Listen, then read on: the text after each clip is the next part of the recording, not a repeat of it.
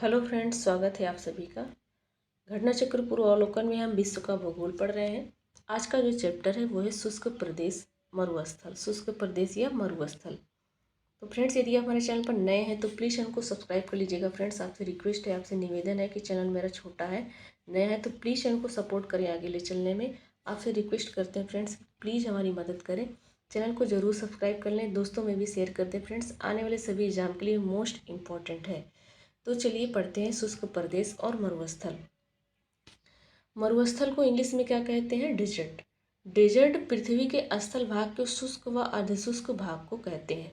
पृथ्वी का ऐसा भाग जो शुष्क रहता है फुल टाइम या आधे समय पर अर्धशुष्क रहता है तो उसे मरुस्थल कहा जाता है। ये मुख्यतः उपोष्ण उच्च दाब क्षेत्र में पाए जाते हैं। किस क्षेत्र में पाए जाते हैं? उपोष्ण उच्च दाब में पाए जाते हैं। ऐसा क्षेत्र जहाँ औसत वार्षिक वर्षा 25 सेंटीमीटर से कम होता है। जहाँ पर वर्षा 25 सेंटीमीटर से भी कम होती है वहाँ क्या होता है? मरुस्थल होता है। और मरुस्थल कहाँ पर होता है? कैसा क्षेत्र होता है? उपोष्ण उच्च दाब क्षेत्र वाला क्षेत्र में होता है। मरुस्थल की श्रेणी में आता है जहाँ पर 25 डिग्री सेल्सियस से कम वर्षा होती है। अक्षांशीय अवस्थिति के आधार पर मरुस्थल को दो भागों में विभाजित किया जाता है उनकी अक्षांशीय स्थिति के आधार पर। पहला है उष्णकटिबंधीय मरुस्थल, ट्रॉपिकल हॉट डिजर्ट। दूसरा है शीतोष्ण कटिबंधीय मरुस्थल, टेम्परेट डिजर्ट। तो उष्णकटिबंधीय मरुस्थल मतलब जहाँ गर्मी पड़ती है। शीतोष्ण कटिबंधीय मरुस्थल ऐसा मरुस्थल जो ठंडा मरुस्थल है। तो उष्णकटिबंधीय मरुस्थल प्रायः महाद्वीपों के पश्चिम में 15 डिग्री से 30 डिग्री उत्तर या दक्षिण अक्षांशों के मध्य में व्यापारिक पवन पट्टी में पाए जाते हैं। तो उष्णकटिबंधीय मरुस्थल कहाँ पर पाया जाता है? ये प्रायः महाद्वीप के पश्चिम में पाया जाता है। जो महाद्वीप है उसका जो पश्चिम दिशा है 15 डिग्री से लेकर के 30 डिग्री उत्तरी गोलार्ध या उत्तरी या दक्षिणी अक्षांशों के मध्य में ये जहाँ पर व्यापारिक पवनें चलती हैं वहाँ पर पाई जाती हैं। दूसरे शब्दों में ये भूमध्य रेखा के उत्तर में कर्क रेखा के साथ 15 डिग्री से दक्षिण 15 डिग्री से 30 डिग्री उत्तरी अक्षांश एवं भूमध्य रेखा के दक्षिण में मकर रेखा के स्थान से 15 डिग्री से 30 डिग्री दक्षिणी अक्षांशों के मध्य पाया जाता है। कहने का मतलब ये मेरी पृथ्वी है और बीच से भूमध्य रेखा है। ऊपर इसके क्या है? कर्क रेखा, नीचे इसके क्या है? मकर रेखा। तो कर्क रेखा के साथ 15 डिग्री से उत्तरी अक्षांश के कर्क रेखा यहाँ पर है।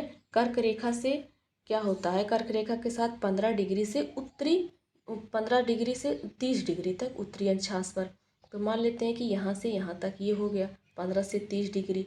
हाँ, उसके बाद फिर मकर रेखा की बात करता है तो दक्षिणी गोलार्ध में भी 15 से 30 डिग्री अक्षांश के बीच में ये पाया जाता है उष्णकटिबंधीय मरुस्थल। तो Atacama, Sahara, Arab, Namib, Kalahari, great Australian, Thar आदि उष्णकटिबंधीय मरुस्थल के उदाहरण हैं। ये सारे मरुस्थल के नाम हैं। ये सभी मरुस्थल उष्णकटिबंधीय मरुस्थल है। शीतोष्णकटिबंधीय मरुस्थल 30 डिग्री से 60 डिग्री अक्षांशों के मध्य पाया जाएगा।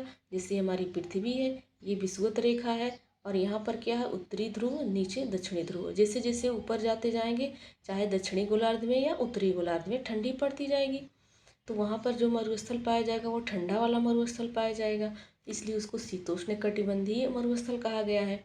15 से 30 तक गर्म मरुस्थल है तो 30 से 60 तक ठंडा मरुस्थल है दोनों गोलार्ध में। इनमें कौन कौन सा मरुस्थल है? गोबी, ग्रेट बेसिन, पैटागोनियन, लद्दाख, मोजावे, तकलामकान, काराकोरम, सोनोरन, ये सब मरुस्थल शीतोष्णकटिबंधीय के मरुस्थल हैं। अब चलिए अटाकामा मरुस्थल के बारे में पढ़ते हैं। अटाकामा मरुस्थल तटीय मरुस्थल का उदाहरण है।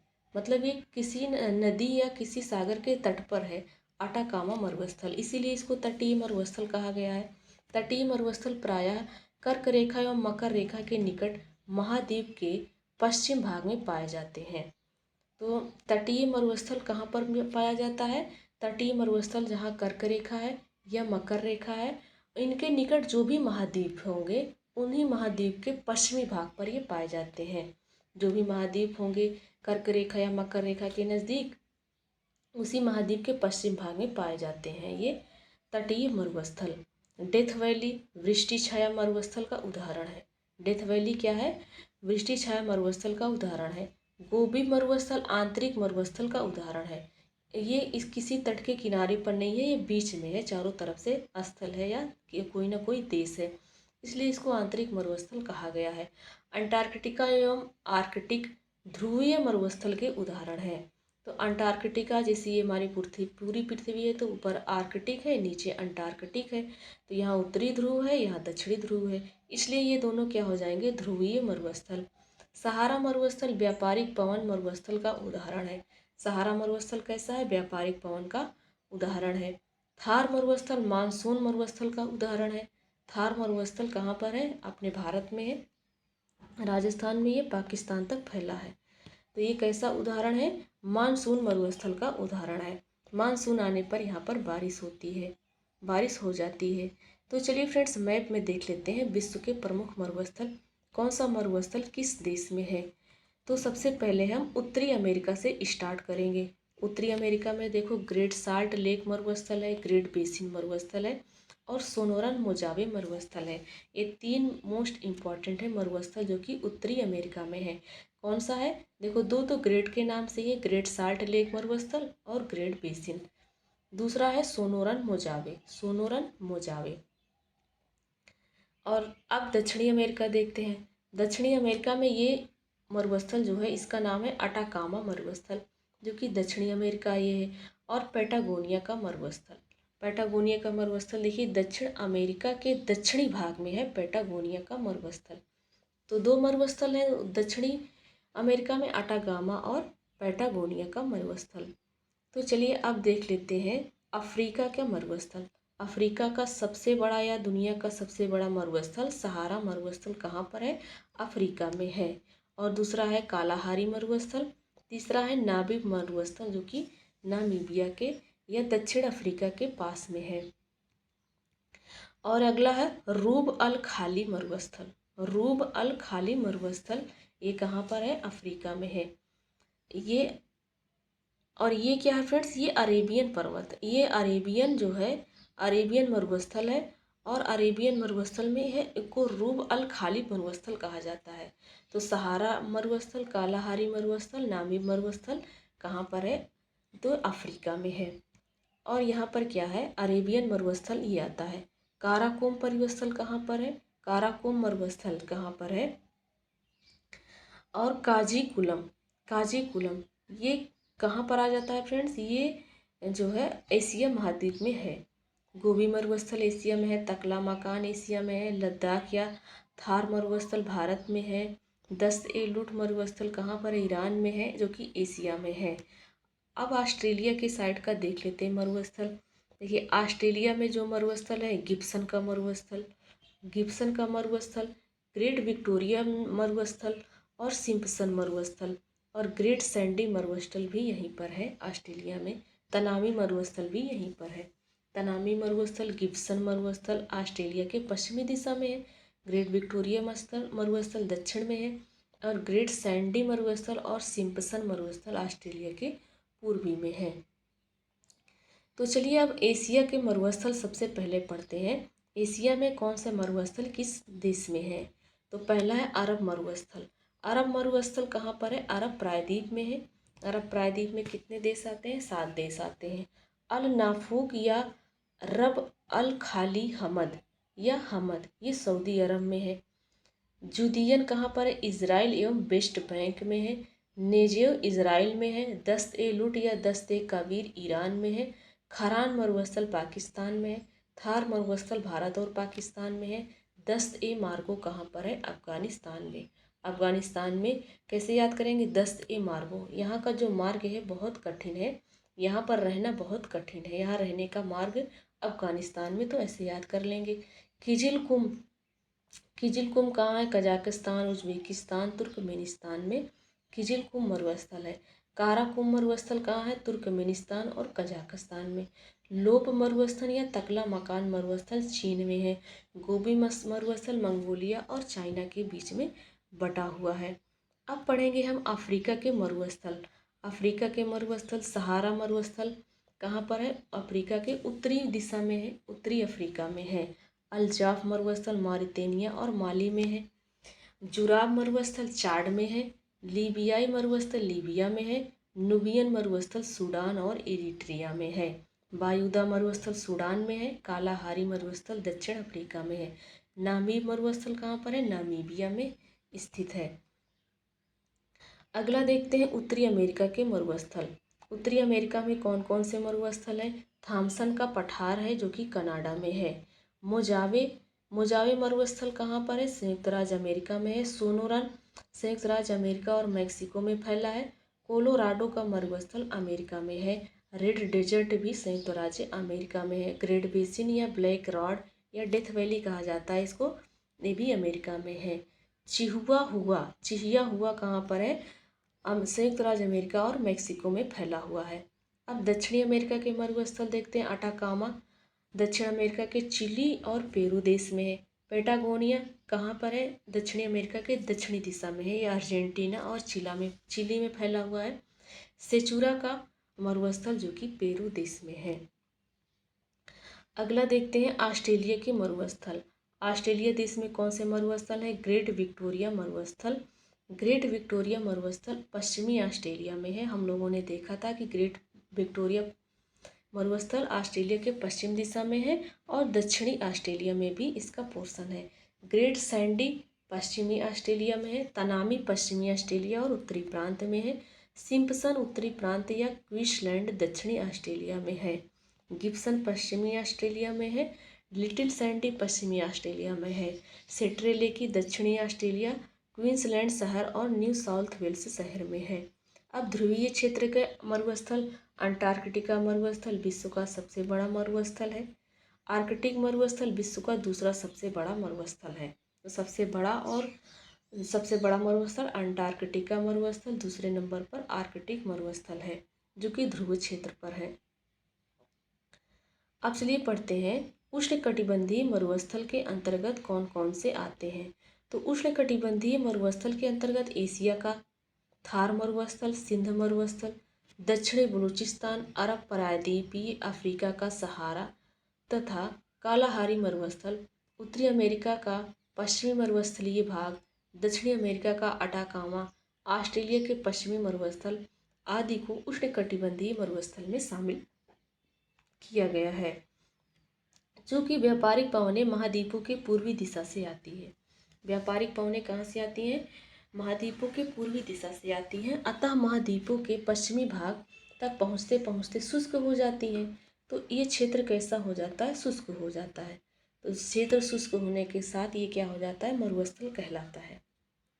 इसके लिए अन्य कारण भी उत्तरदायी हैं, तो चलिए देख लेते हैं और कौन से अन्य कारण हैं। पहला है मुख्य अक्षांशों के चक्रवात यहाँ नहीं पहुँच पाते हैं। जो चक्रवात आता है, चक्रवात का मतलब कि बारिश और पानी एक ही बात है। बारिश और हवा, तेज हवा जब साथ में आती है तो चक्रवात कहा जाता है। तो ये मध्य अक्षांशों के चक्रवात वहाँ नहीं पहुँच पाते हैं, सूखा रहता है। इसके कारण विषुवत रेखा से दूर होता है, इसके कारण, इसलिए कि विषुवत रेखा पर डेली बारिश होती है।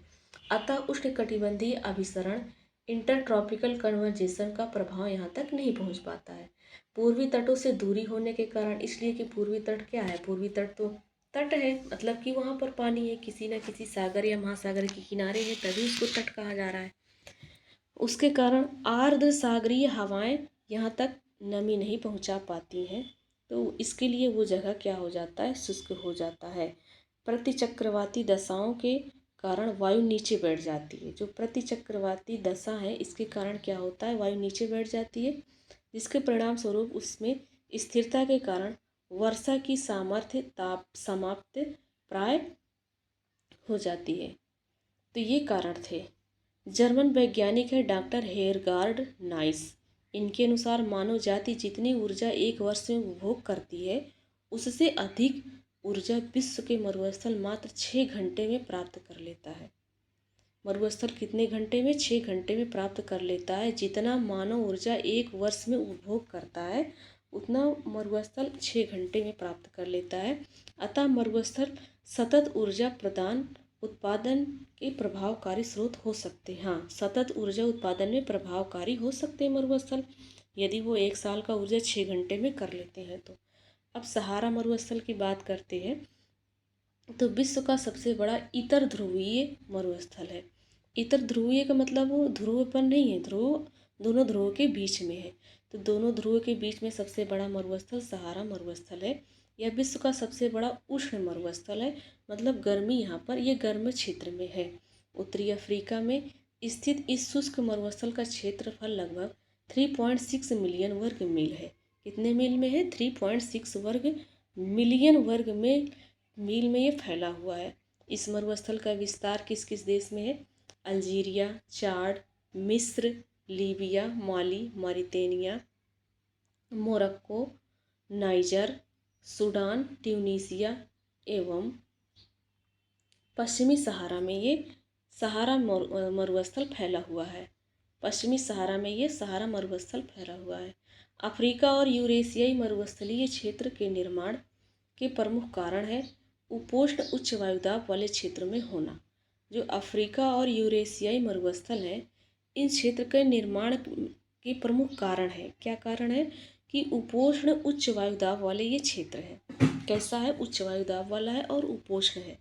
व्यापारिक पवनों के आर्द्रता की पहुंच से दूरी, महाद्वीप अथवा बड़े स्थलों के पश्चिमी किनारे पर अवस्थिति तथा ठंडी धाराओं का अप्रभाव। व्यापारिक पवनों की से दूर पर स्थित है, आर्द्रता नमी वहाँ नहीं पहुँच पाती है। महाद्वीप अथवा बड़े स्थलों के पश्चिमी किनारे पर है। पश्चिमी किनारे पे क्या है? पश्चिमी किनारे पर ज़्यादातर पूर्वी किनारे पर ही सागर या महासागर है, पश्चिमी किनारे पर नहीं है। इसके लिए वहाँ पर उनको नमी या आर्द्रता या पानी नहीं मिल पाता है उस क्षेत्र को, तो वो क्षेत्र मरुस्थल बन गया है। ठंडी धाराओं से दूर रहता है, ठंडी धाराएं वहाँ तक पहुँचते पहुँचते गर्म हो जाती हैं। या उष्ण महासागर धाराओं के प्रभाव क्षेत्र में नहीं पड़ता है। उष्ण महासागर धाराओं के क्षेत्र के प्रभाव में नहीं पड़ता है या उपोष्ण उच्च वायुदाब में पड़ता है। अगला है अटाकामा मरुस्थल, जो कि दक्षिणी अमेरिका में है। संसार का ये सबसे शुष्क मरुस्थल है। यदि पूछा जाए सबसे बड़ा तो सहारा, और सबसे शुष्क सबसे गर्म तो वो अटाकामा। यह पृथ्वी का सर्वाधिक शुष्क क्षेत्र या ध्रुवीय क्षेत्र से बाहर है। ध्रुवीय क्षेत्र से बाहर है और ये सर्वाधिक शुष्क है। इसमें सोडियम, नाइट्रेट, तांबा और अन्य खनिजों के विशाल भंडार पाए जाते हैं। अब कालाहारी मरुस्थल की बात करें तो ये दक्षिणी गोलार्ध में है, अफ्रीका महाद्वीप में है। कालाहारी मरुस्थल बोत्सवाना के अधिकांश भाग तथा नामीबिया, अंगोला, जाम्बिया एवं दक्षिण अमेरिका, अफ्रीका के कुछ भागों में कालाहारी मरुस्थल फैला हुआ है।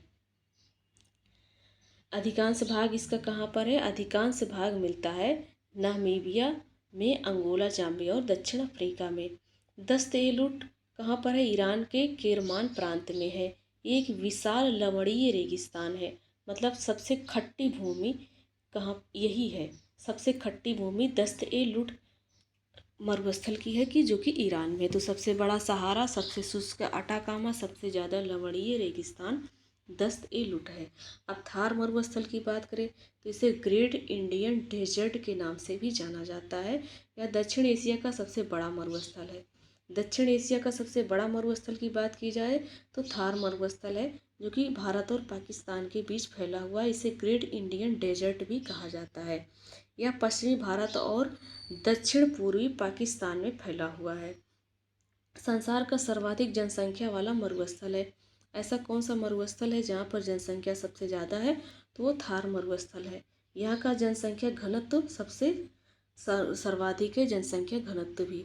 तकला मकान मरुस्थल मध्य एशिया के झिजियांग यूबर स्वतंत्र देश, जो कि चीन में है, वहाँ पर ये फैला हुआ है तकला मकान। तकला मकान कहाँ है? चाइना का एक क्षेत्र है, झिजियांग यूबर, वहाँ पर है। यह दक्षिण में कुनलुन पर्वत तथा पश्चिम उत्तर में पामीर और तियान शान पर्वत से घिरा हुआ है। इसके दक्षिण में कुनलुन पर्वत है और पश्चिम और उत्तर में बात किया जाए तो पामीर का पठार है और तियान शान पर्वत है, इसी से घिरा हुआ है ये तकला मकान। मध्य मैक्सिको के पर्वतीय वनों के उत्तर में स्थित सोनोरन रेगिस्तान का अधिकांश भाग अमेरिका के एरिजोना क्षेत्र में स्थित है। तो मध्य मैक्सिको के पर्वतीय वनों के उत्तर में जो पर्वत पर जो वन है उसके उत्तर में सोनोरन रेगिस्तान है। सोनोरन रेगिस्तान है, इसका अधिकांश भाग कहाँ पर है? अमेरिका के एरिजोना क्षेत्र में है। और फैला कहाँ है? अमेरिका और मैक्सिको दोनों में है। सबसे ज़्यादा क्षेत्र इसका अमेरिका के एरिजोना क्षेत्र में है। तो फ्रेंड्स, यहाँ पर हमारा थ्योरी सेक्शन कंप्लीट होता है। अब चलिए क्वेश्चन को सॉल्व करते हैं जो क्वेश्चन पूछा गया है। पहला क्वेश्चन है, कथन और कारण दिया गया है तो बताना है कि कौन सा सही है। पहला है कि विश्व के अधिकांश उष्ण मरुस्थल 15 डिग्री से 30 डिग्री उत्तरी एवं दक्षिणी अक्षांशों के मध्य महाद्वीपों के पश्चिमी किनारे पर स्थित है। सही बात है, हम लोगों ने पहले ही पढ़ा था। दूसरा है, व्यापारिक पवनें जैसे जैसे पश्चिम की ओर जाती हैं उनकी नमी और आर्द्रता में कमी आ जाती है। हाँ, ये भी बात सही है। और वहाँ तक पहुँच नहीं पाती हैं, जो भी पहुँचती हैं गर्म पहुँचती हैं।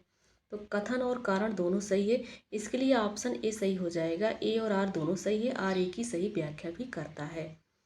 अगला क्वेश्चन है, फिर से कथन और कारण दिया गया है तो चलिए पढ़ते हैं कौन सा सही है।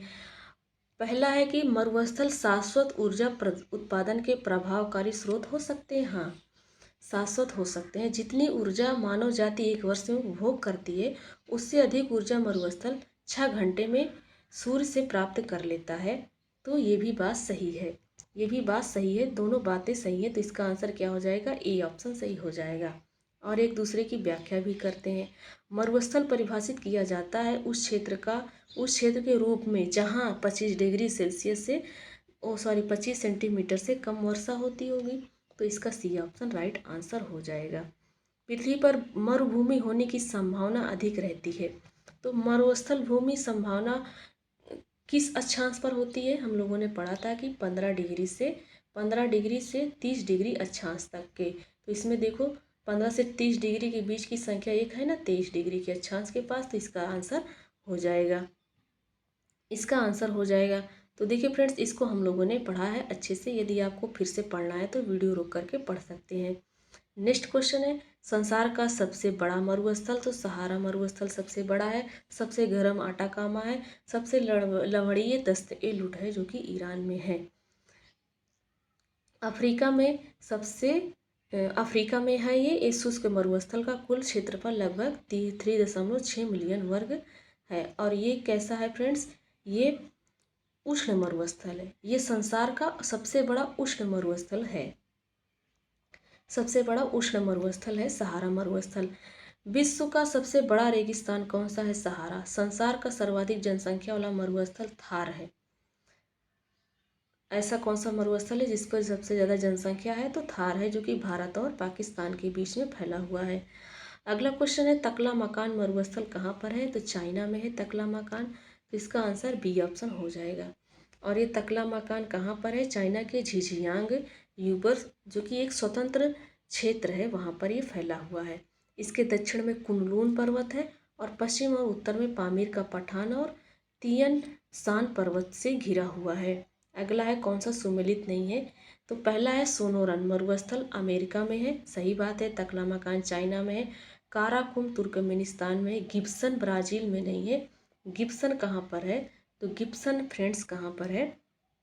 ऑस्ट्रेलिया में है। गिब्सन कहाँ पर है? ऑस्ट्रेलिया में है। गिब्सन देखो रेगिस्तान बताया गया कि कहाँ पर है? ऑस्ट्रेलिया में। दस्त ए लुट मरुस्थल ईरान में है। सबसे लवणीय रेगिस्तान है। गोबी मरुस्थल किस देश में है? तो मंगोलिया में है। मंगोलिया और चाइना में ये फैला हुआ है। अगला क्वेश्चन है, नेक्स्ट क्वेश्चन है, देखिए गोबी मरुस्थल उत्तरी चाइना और दक्षिणी मंगोलिया में स्थित विशाल मरुस्थल है। यह मरुस्थल अल्टाई पर्वत से घिरा हुआ है। दक्षिण एशिया का सबसे बड़ा मरुस्थल तो थार मरुस्थल दक्षिण एशिया का सबसे बड़ा मरुस्थल है। इसे ग्रेट इंडियन डेजर्ट भी कहा जाता है। ग्रेट इंडियन डेजर्ट भी कहा जाता है। भारत के पश्चिम में है और पाकिस्तान के दक्षिण और पूरब में है। अगला क्वेश्चन है, कौन सा कथन अटाकामा के बारे में सही नहीं है, ये बताना है। वह दक्षिण अमेरिका का एक मरुस्थल है, राइट है। वह संसार का सबसे शुष्क मरुस्थल है, ये भी राइट है। वह दक्षिणी चिली में अवस्थित है क्या? तो दक्षिणी चिली में ये अवस्थित नहीं है, उत्तरी चिली में अवस्थित है। इसलिए इसका जो सी ऑप्शन है ये गलत हो जाएगा। दक्षिण चिली के दक्षिण में नहीं है, उत्तर में है। उसमें नाइट्रेट प्रचुर मात्रा में भंडार पाया जाता है, ये भी सही है। तो इसका सी ऑप्शन हो जाएगा। अटाकामा रेगिस्तान कहाँ पर पाया जाता है? तो दक्षिण अमेरिका में पाया जाता है।